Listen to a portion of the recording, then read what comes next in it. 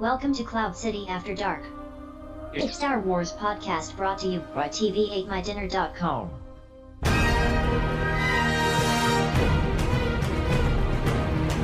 Star Wars, nothing but Star Wars. We know Star Wars. No wonderland.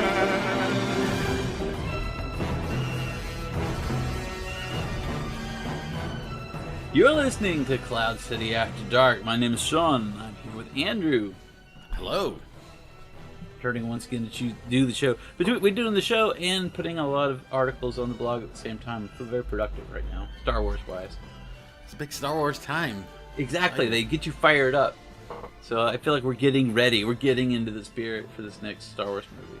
That's something that I was thinking about the other day. I know we've mentioned this before on the show all the time, but the idea that part of the reason, again, I've already said before that I didn't have friends that I talked to about Star Wars. Or you didn't talk to friends at first back then, and then you found something. You're like, you like that too?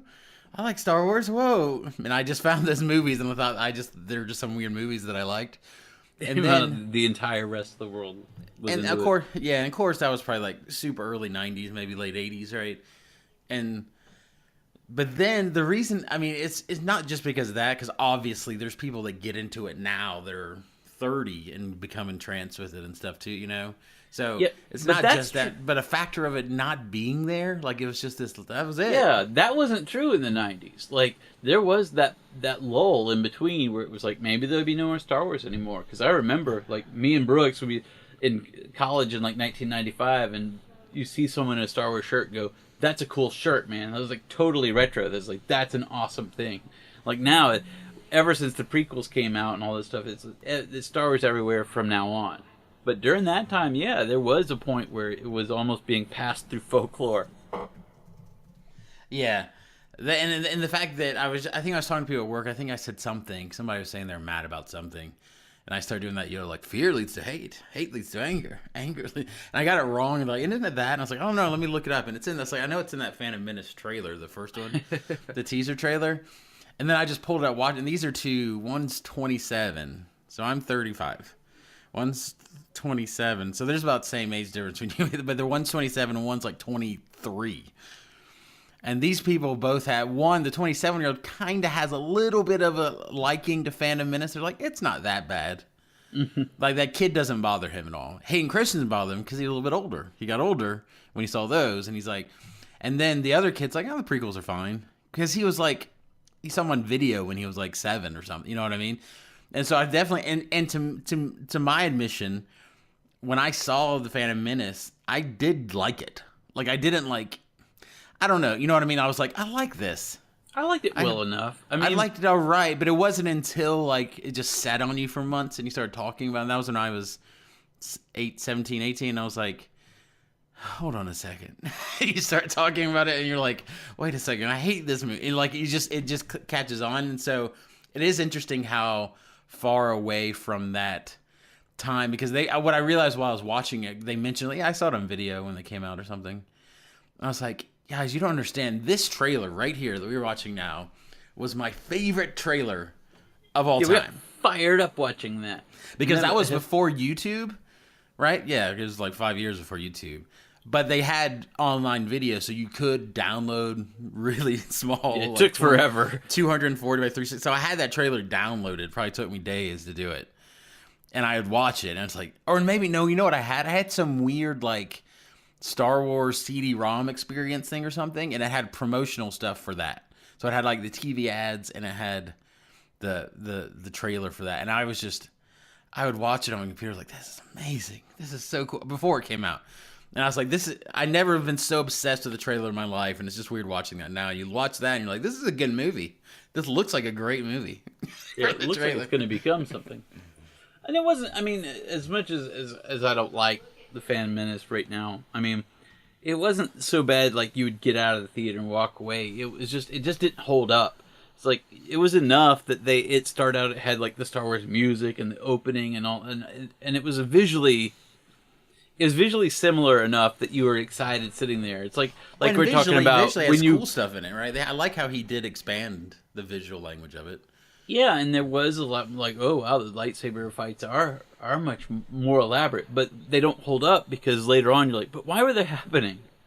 Like, Yeah. that's the problem. That's where it doesn't last. It's not that you can't watch the Phantom Menace; it's that it doesn't really hold with you. You know, at this point, I'm not offended by the Phantom Menace, but I'll never sit down and watch just the Phantom Menace for fun.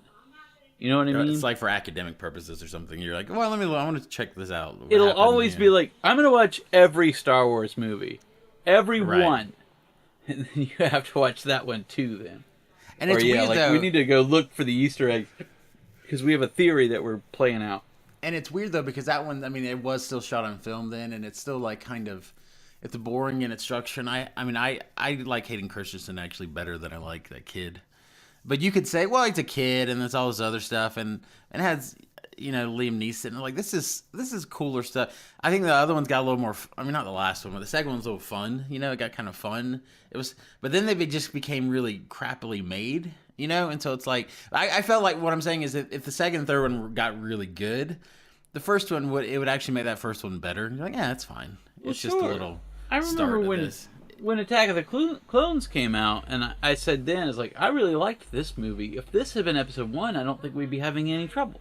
Right. Because it felt like we wasted... And this is actually the truth of episode 1. It's like, the real thing is not necessarily that the story itself is so bad, it's that you've got 3 movies, and you burned one on that. So now Right. we only have 2 movies, which Attack of the Clones is the only one that has any kind of original story, because we have something to work with. And Revenge of the Sith is all about, well, we got to wrap up all these, like, tie these loose ends up, and we just, for some reason, have to directly tie everything to the next trilogy. Like, nothing happens between episode 3 and episode 4. Like, we have to tell you all the things that are going to happen in the very next movie, even though it's 20 years from now in the story. So it's a waste, too, because it was just too much to wrap up that they felt they had to do. So Attack of the Clones is the only one where they just told a story, and it's unfortunately, technically speaking, the lowest quality. Because they shot it on 1080p, that movie. You realize that? Like some Well, you people's realize it phones when shoot you watch higher it. resolution than that. Revenge of No. the Sith holds up a lot better visually. Like, if you watch it, it's still very visually Well, strong. and Revenge of the Sith, because this is the thing. I always give George Lucas props, because what he's great at, I think he's a great world builder.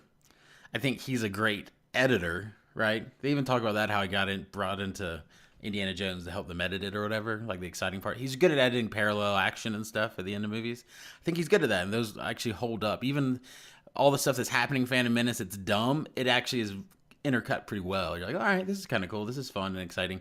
But also, what the last one did, as much as it was cheesy, and I mean, what they had to land, the stick the landing was Anakin's crossover, and that did not happen. But he's so good, like in that battle, before it gets silly, he just needs an editor. It's really like that, because before it gets silly at the end of it, and they're like on the lava, like... It's just too much. It's hover work. things, but the moment where there's on the pipes at the beginning of the lava, that's like, this is cinema.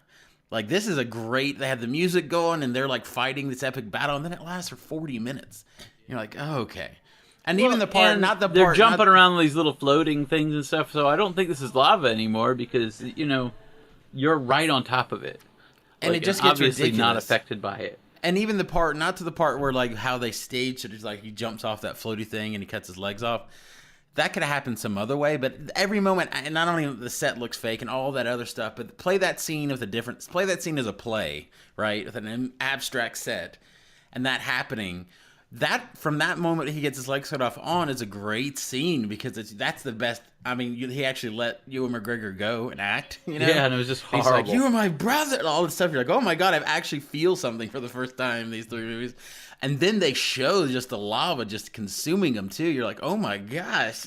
Like, Horrible. it sold that, you know what I mean? It sold the final pain, I think, you know what I mean? Of just being, screw you, screw everybody. I can see why he, at that point, but they just don't do anything before, you know, we'll get it. They we just got it needed before. a better screenwriter and Right. a better editor, because there's stuff you can work with there, but it's a classic example of, like, I could cut that movie and take some stuff out and it'd be a better movie. Well, you know what's funny? But it's literally just no editor, like no checks and balances related to that. I know we talked about Dark Tower in the last TV at My Dinner episode, and I think I saw some YouTube. I was on YouTube whole lunch one day, and there's some conversation within the last year between George R. R. Martin and Stephen King. Like George R. R. Martin, it's like where he lives in Arizona or something, and he has just guests come in and he interviews them. But theirs wasn't necessarily an interview. I mean, Stephen King talks a lot and he likes to talk, so he's cut him off. But there's also George R. R. Martin. They were just kind of talking because they're just, big authors. And he was saying that about the Dark Tower. I never even realized this. And what we said about that was that, well, he made the first few and they're like real books. And then he just went crazy and didn't get edited. And he says they've never been edited. Those books, those last 4 books were not edited. He said he actually went back in Gunslinger and fixed it. I guess he changed stuff in it in the past 5 years, apparently. And he edited it and stuff. And he said he wants to get back to the other ones and do that.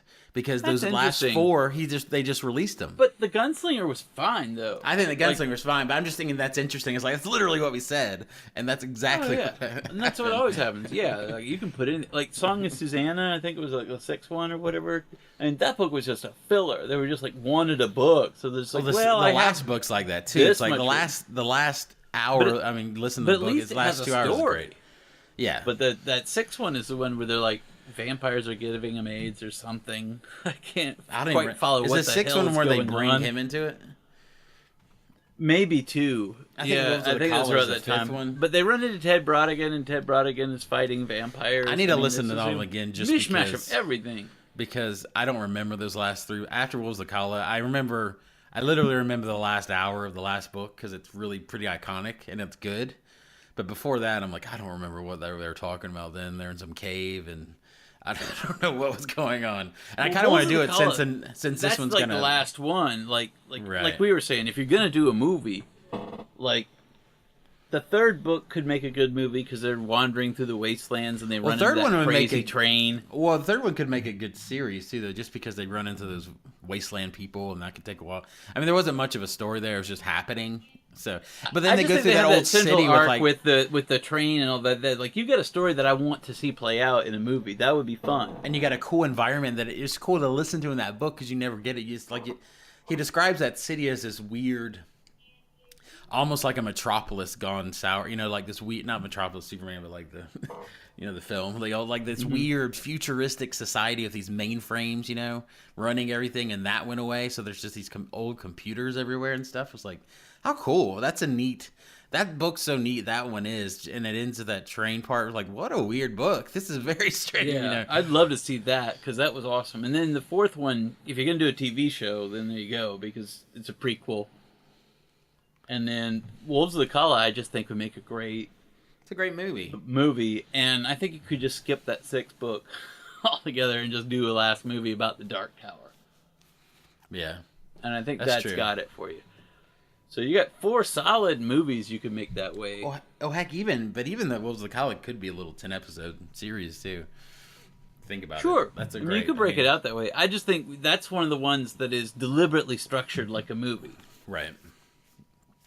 Because it's just a wonky Magnificent Seven sort of takeoff, right? So, anyways, that's the problem. That's the problem with Star Wars. Is the idea is that, and the people did what they want to do, but nobody. I don't trust. I do that when I'm doing anything, when I'm writing or making graphics or doing something. I have to do it and then walk away from it because I'm like, So I don't trust my own judgment. Yeah, because you always think, I got to do it this way. This is the way I want to do it, and then you go back later like, oh, that's crap. How am I not see that? Right. Because there wasn't anybody else to challenge you on it. So, anyways, Star Wars. Yeah. I don't know, this is kind of a rumination, I think, is what this episode's going to be, because we had a real structured conversation about the living force and force ghosts and how that plays into the concept of Jedis being the sort of manifestation of the Bodhisattva concept and all that. And in all that, we talked a little bit with Megan on TV at my dinner. I think we talked about this a little bit. The idea that her alternate, she's like a Sith sympathizer a little bit. So her idea is that, just like we've been saying, the balance of the Force is not light side, dark side, good versus evil. They're both necessary.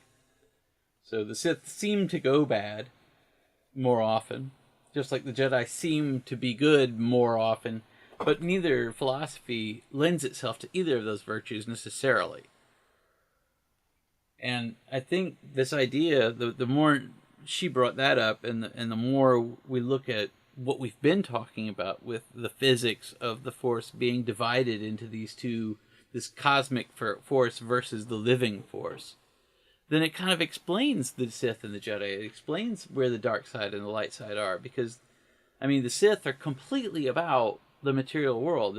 They're about life and passion and all this kind of stuff. It's like they're directly drawing from the living force, and that's the source of their power. It feeds them and they feed it, and they don't seem to have much of a concept of the larger world or these larger philosophical ideas like the Jedi do. The Jedi are completely passive. They're like, no, we give up on the material world. We don't have any kind of mortal attachments, and we give up our identities and become part of this cosmic force, and that's like the source of their power. Like, they draw from this more distant but more profound well of the Force, and it's really interesting to see. Was like that's kind of a representation of how they are kind of the two necessary elements, because they literally embody the living force and the cosmic force as separate energies, and separate and necessary energies. And I thought, that what a neat idea, because they kind of just reject the living force idea outright. They're like, no, we just die and we just lose ourselves and we immediately pass on. And then the Qui-Gon thing is where they start learning. I was like, well, there's these layers.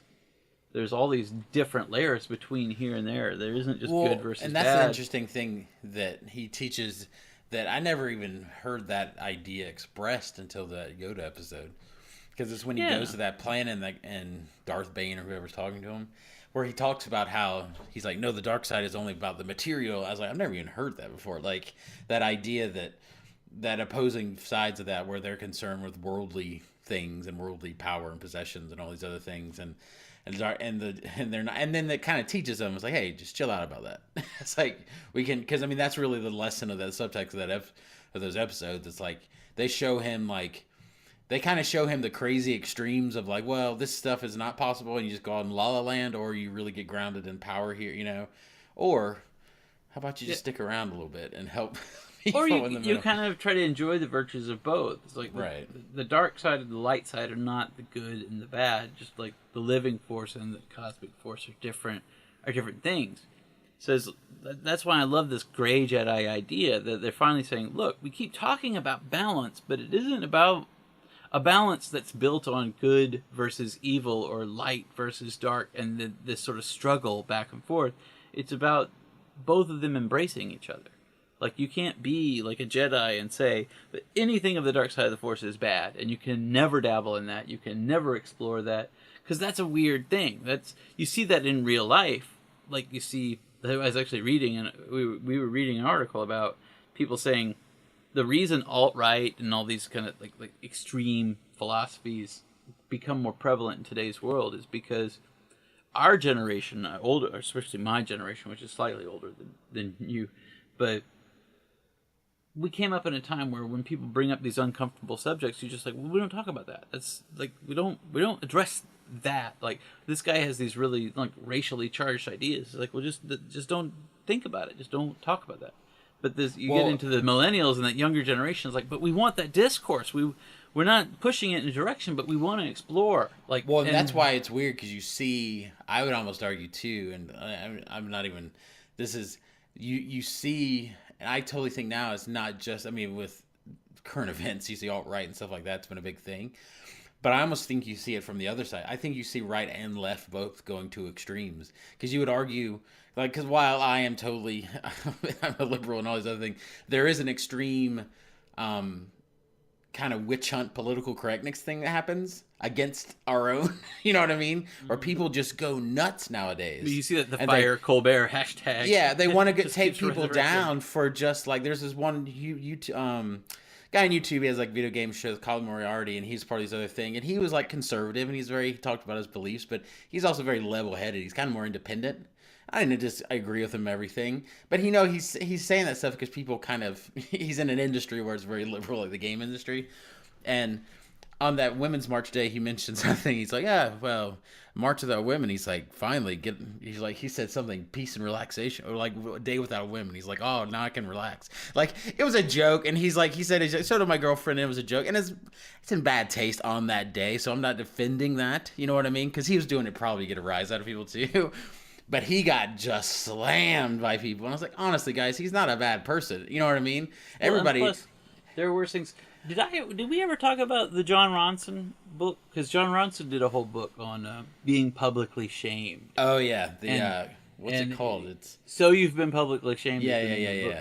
And he goes into about that, yeah, because it's exactly what it is. It's like, it's strange that the severity of the offense doesn't seem to have any kind of proportionate relationship with the punishment.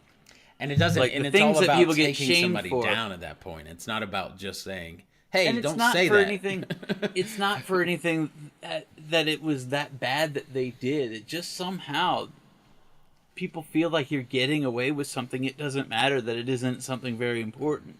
They just get very satisfied about, oh, you said one thing we didn't like. Well, we hope your whole life is ruined.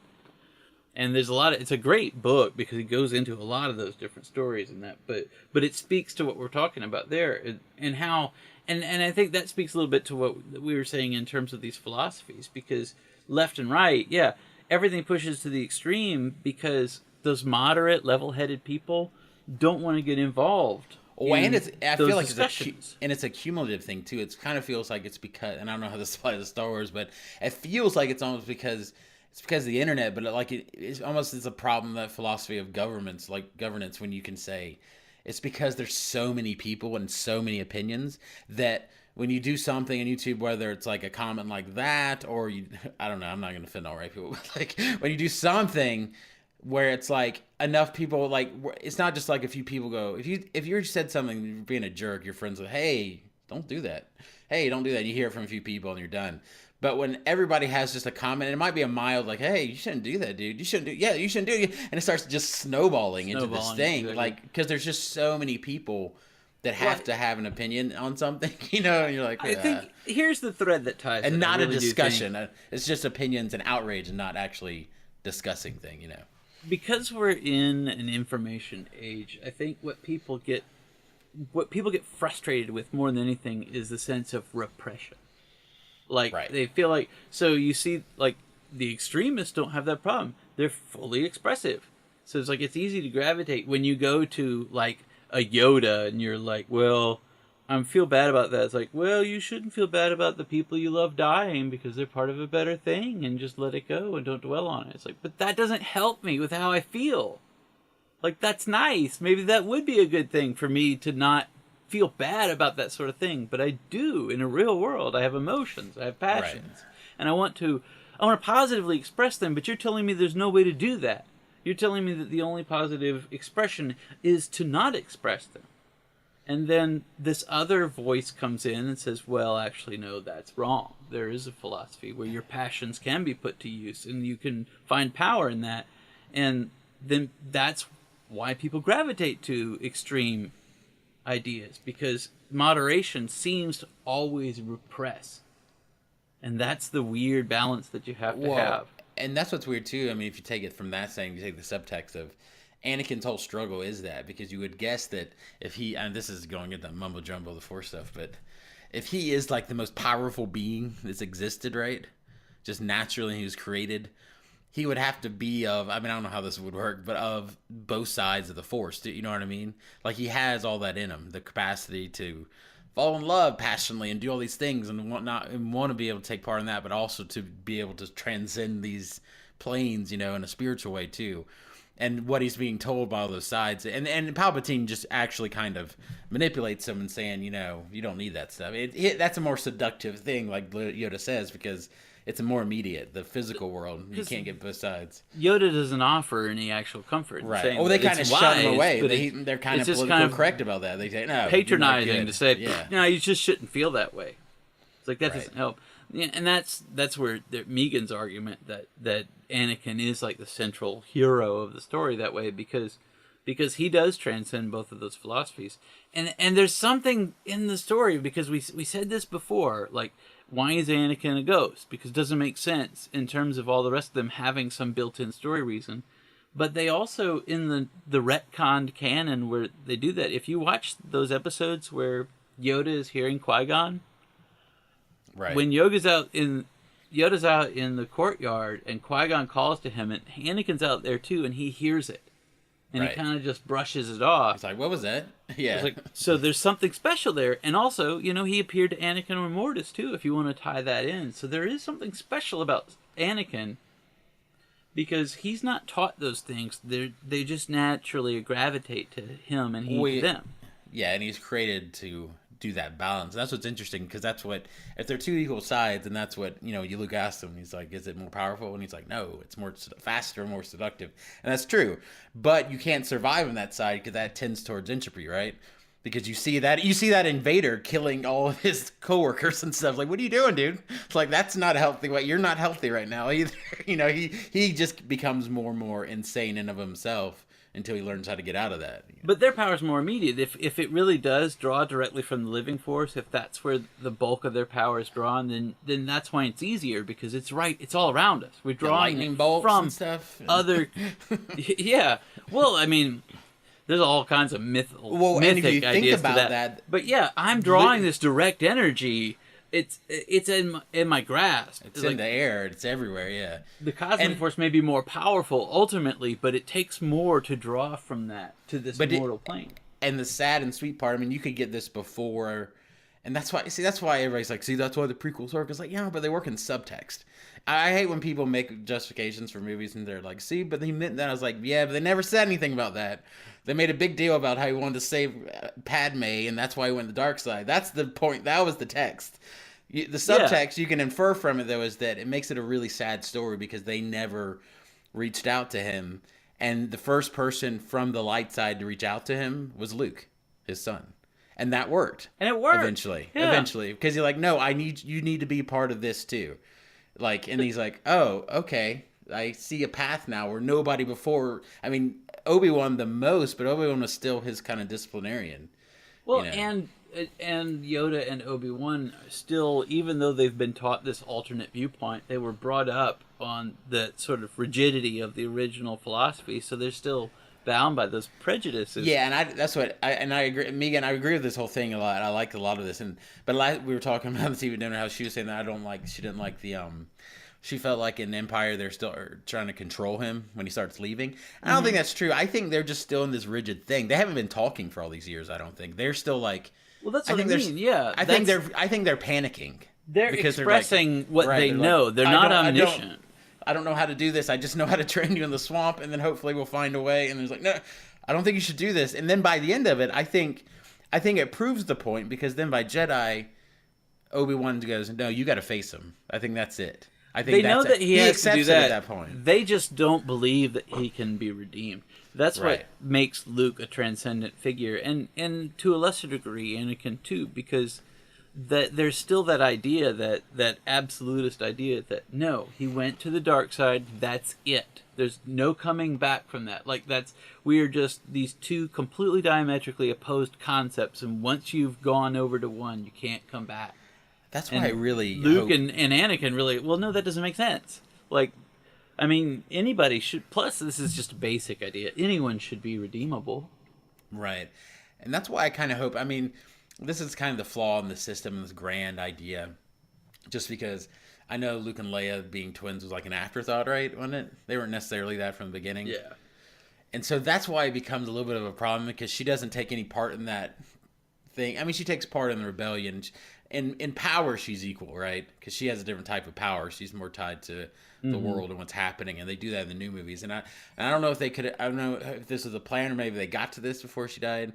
But it would be really beautiful if she's the kind of brings over, Kylo back a little bit too, because it's like both of them had some kind of. There's a weird asymmetry that's happening, because Luke, they both came from, and she should be equally transcendent like that in a way, and that should have been like.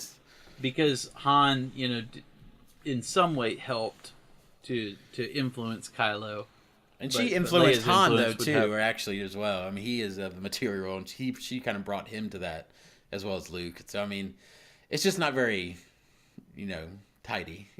It's like you're Well, trying to because make like it you work. said, they got to scramble. A lot of these ideas, and the prequels are this way too. You can scramble later on to sort of reconstruct it into having a greater meaning, but that doesn't mean a greater meaning was originally implied. Right.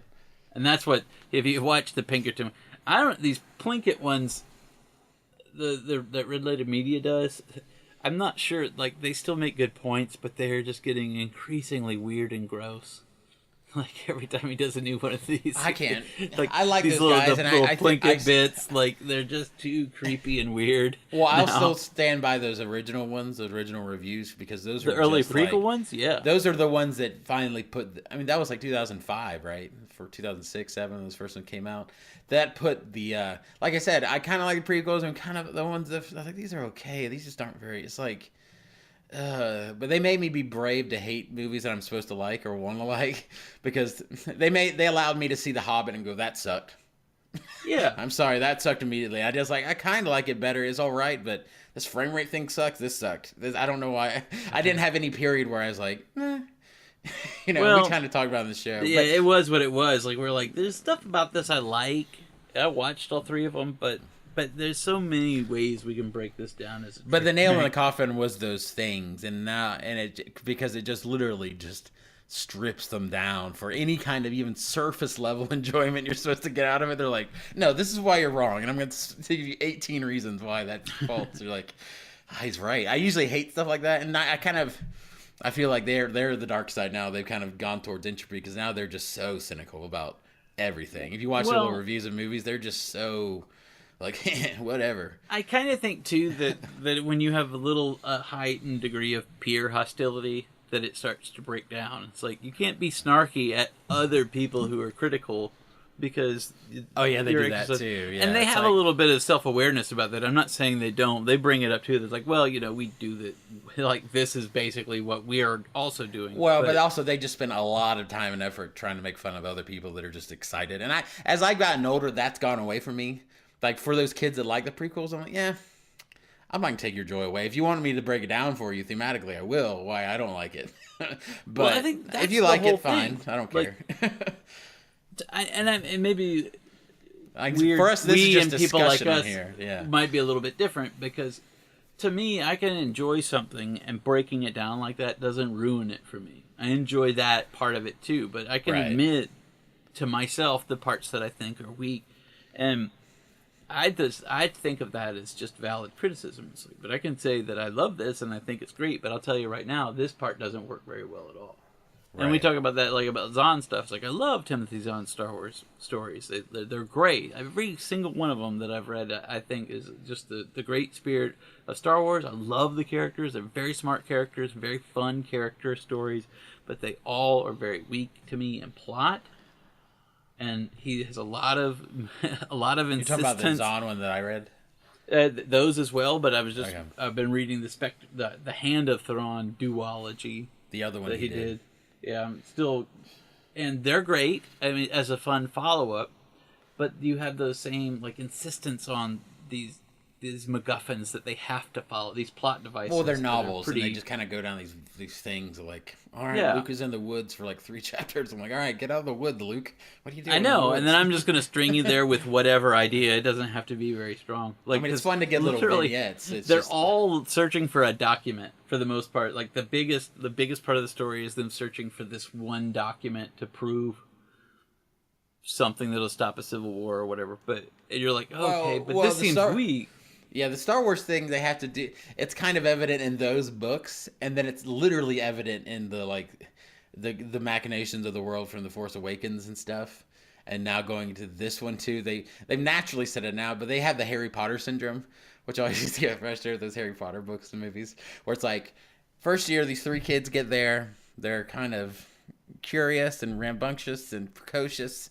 They get behind a mystery that's happening, and maybe and he's actually connected to the Dark Lord, so maybe we should listen to him. And by the end, they kind of say, we were listening to the whole time. We just couldn't let on. It's like, yeah, right. J.R.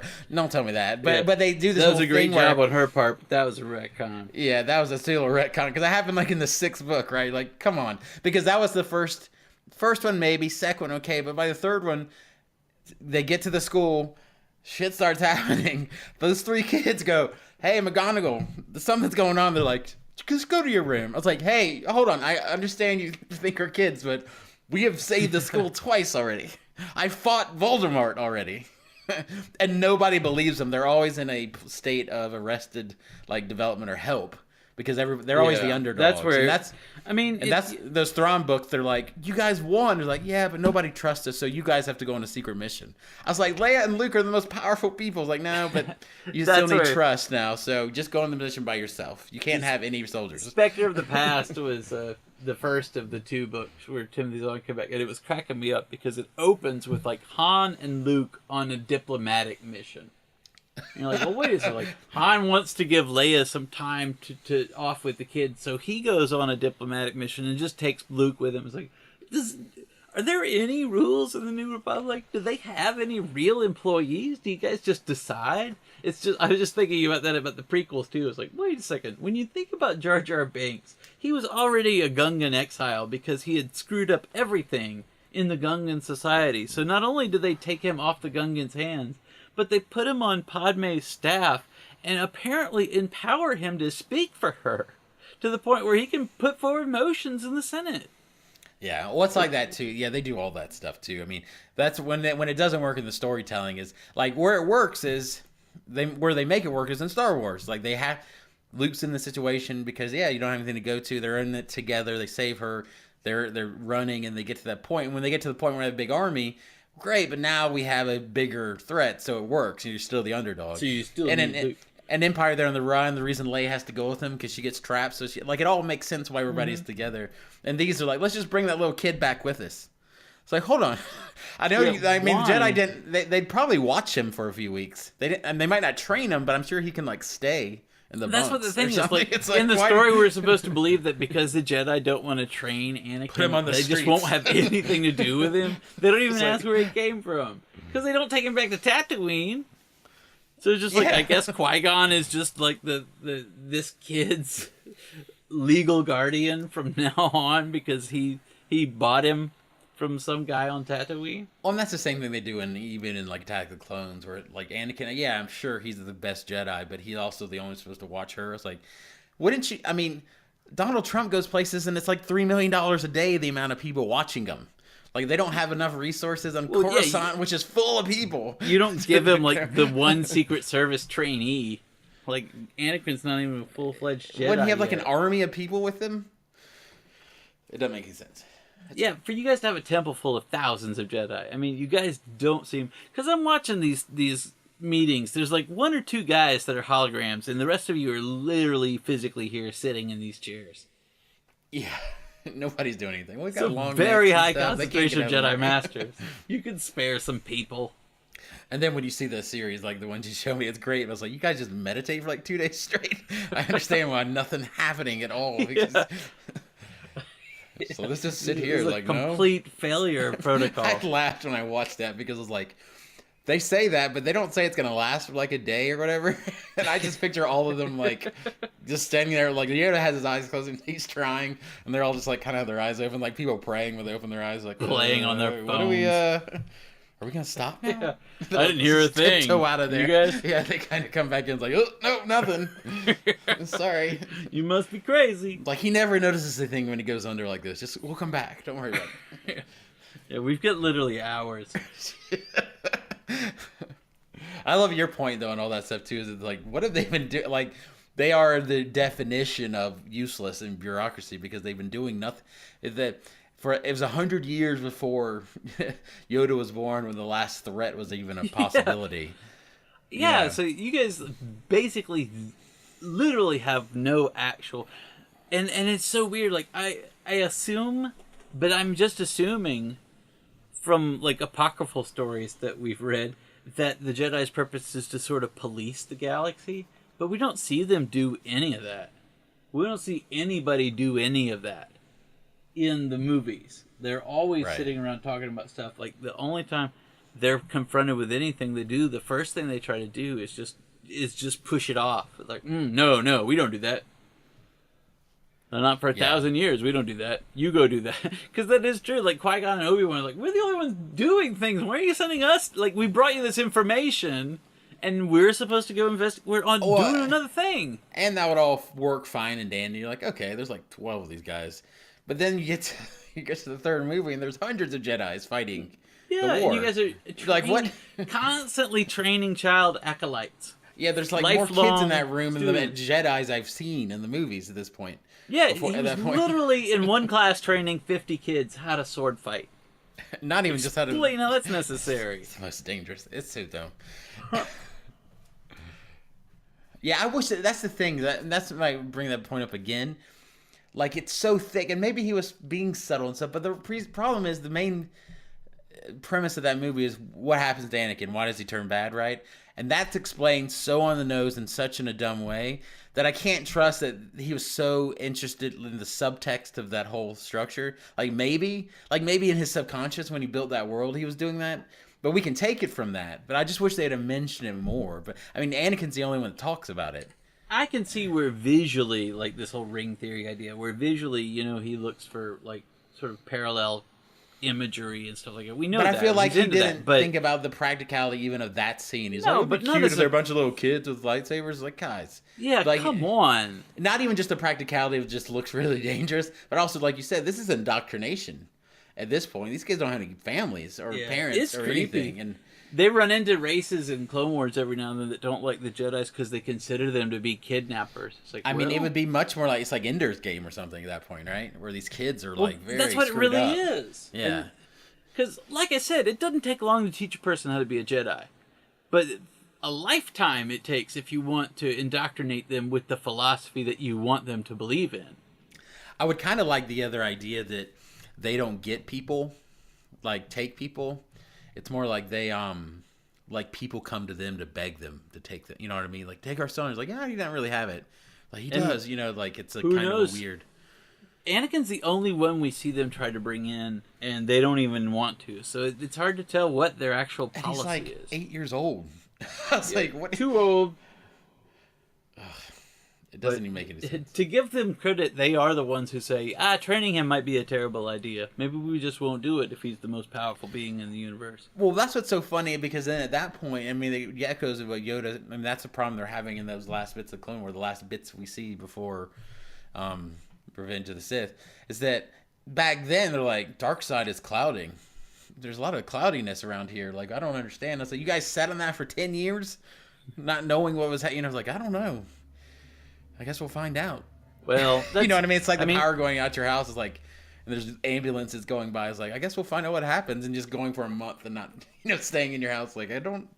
That's a storytelling failure anyway, because they do that same thing where if zero time passes for us watching the movie, it's just like zero time passes for them within the story. Like, it could be 10 years later, but they're still wrestling with the same ideas, and there's no feeling that anything has happened in between.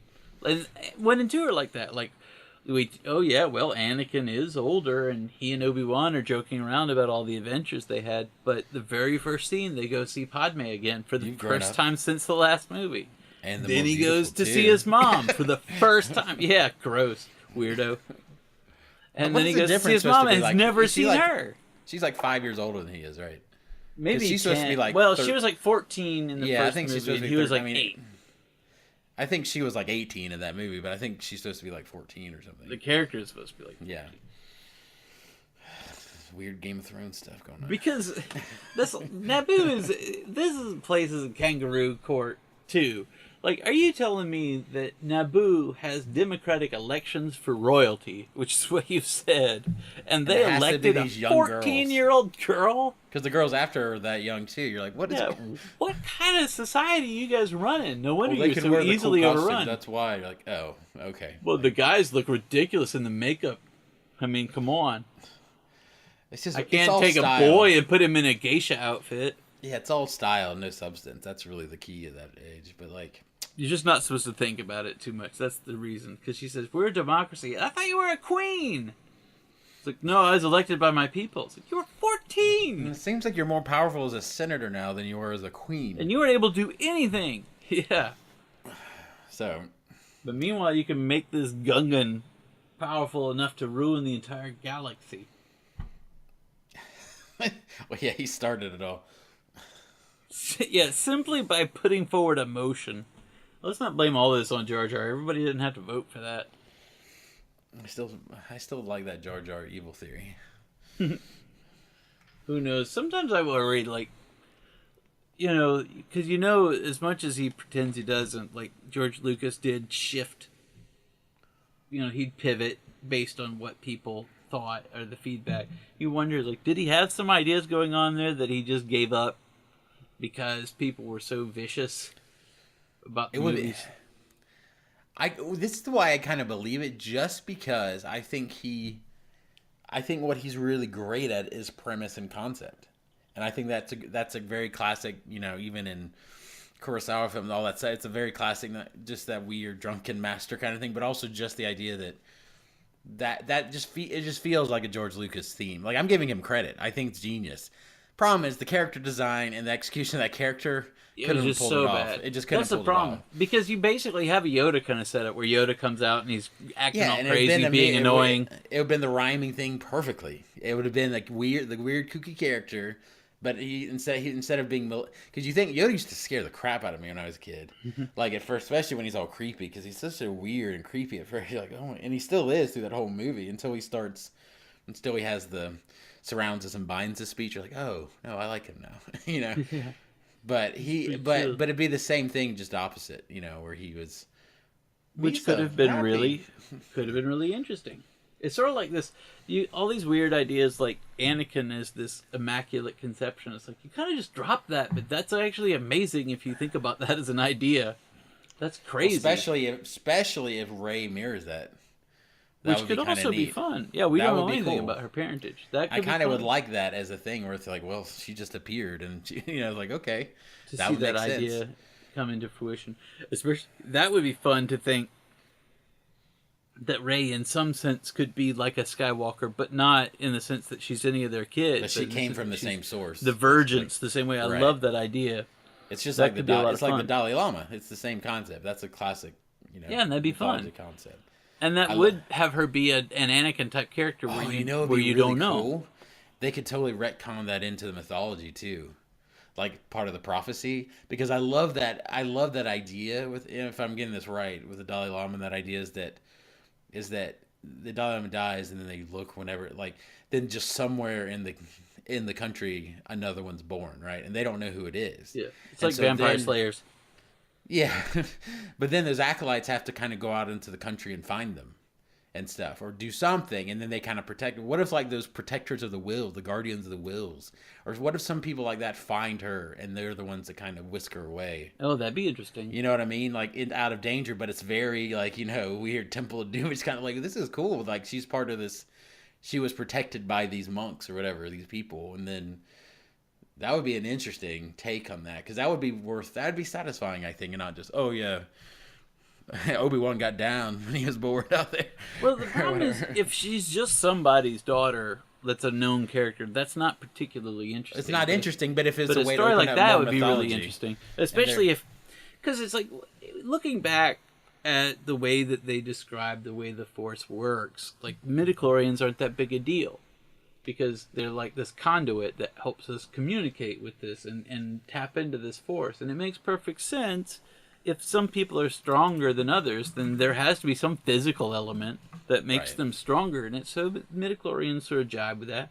If you read Zahn and you're talking about these Esalamiri, like, or salamander things that block the force, like, well, if they somehow could make midichlorians dormant or cut off your connection to midichlorians, or repel midichlorians themselves, then there's a physical reason.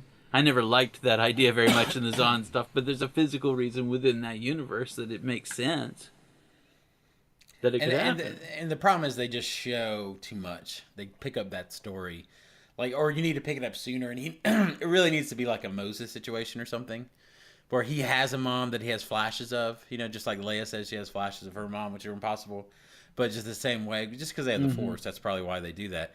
But so he had a mother, but then she just put him off on the doorstep and then was gone. You know what I mean? Problem is, you have to have mystery into it. There's got to be a mystery to that myth. Well, your mythic element, cool. Your mythic element really is, and Luke has a little bit of this motif going on. But the common that Superman idea, the Moses idea of just putting the child in the river, right? And they end up like that. That shows up in so many stories. Like it's a neat Superman. idea. It's Superman's origin. Well, it's literally that mythic idea. And it's literally that, but then if you went back in Krypton and talked to, like, his mom, what's his name? I don't know what his mom's name is. Lara? No. Superman's mom's name is Lara. It's Jor-El, and I don't know what his mom's name is. It's Lara. Yeah. Lara? Lara, I think. Okay. Lara L. I guess.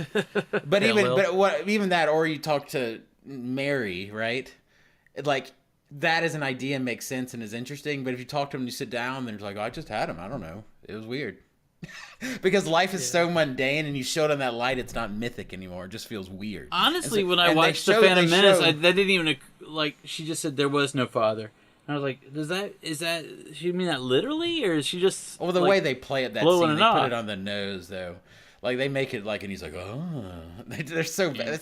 The moment-to-moment direction's so bad. It's like, I want you to feel like you can see this now. Like, he doesn't leave any room for the actors to do any bit of subtlety in this movies. Are you an angel? I like this idea. Yeah. Oh, my God. But I like this idea. But you know what I mean, though? When you put it in mundane circumstances, it's just not as interesting. But if that's a story that got told and a myth and if he's already a legend in its own right, and it's like these monks have been taking care of him, and then Liam Neeson finds his baby, he's like, this is very strange. You don't have to do metachlorians, because again, that's making something antiseptic and like it's real. An explanation that no one asked for. You didn't need that. You don't need that. It's a fantasy story. It's not sci-fi. It doesn't ruin it outright, but it's unnecessary as an exposition to have him doing a blood But if he can test just feel this from some infant, right, and just takes it in, like, this is weird. Well, you know what I mean? I feel the Ray thing could really do that. Right. Usually, and you see this is true in the Luke idea, and this is true like in Superman, it's true in Moses actually ended up flipping it, because most of the time you come from these very well-to-do origins, but you end up being put in this humble environment. That's the hero story. It's like, that's how you learn what it's like for the little guy. That's how you learn that Superman learns his basic morality by being brought up. Moses does flip it, because he's actually brought up in royalty, where he actually has humble origins. But usually it's the other way around. What's a little effective in the Moses story, because you feel personal connection to his brother when he comes back. It, by all accounts, would just be a horrible pharaoh, but he's like, no, I believe in you. I want you to, Well, and it's an interesting twist to the story too, because then, like, he's in a position to do something because he's raised royal. He actually has power, right? And that's why he's protected and not killed. Yeah, so it's interesting, but most of the time you see it because you're taking these demigod figures and you're giving them a reason to connect to the normal mortal world, the physical world, and that's what you see in Rey. Like, she basically is Anakin, because she's basically a slave on Jakku to this weird frog guy. Like, I don't know why it's always like a weird kind of frog guy. And somebody left her with. I hope they don't do some weird. He was always looking out for her. Ankar Plut was always watching. No, but I like the idea that if her parents were not so good, then the idea that they left her with him makes sense. But if it is a sort of, like putting the baby in the river sort of mythical motif, it's like they left her there because they had no other choice. It's like something was 2 seconds behind them, and if they didn't drop her off somewhere, she was going to die with them kind of situation. And like what you're talking about, if it's like a Guardians of the Wills sort of thing, they just had to hide her somewhere. And any place was better than wherever they were going. Right. And that's a neat story.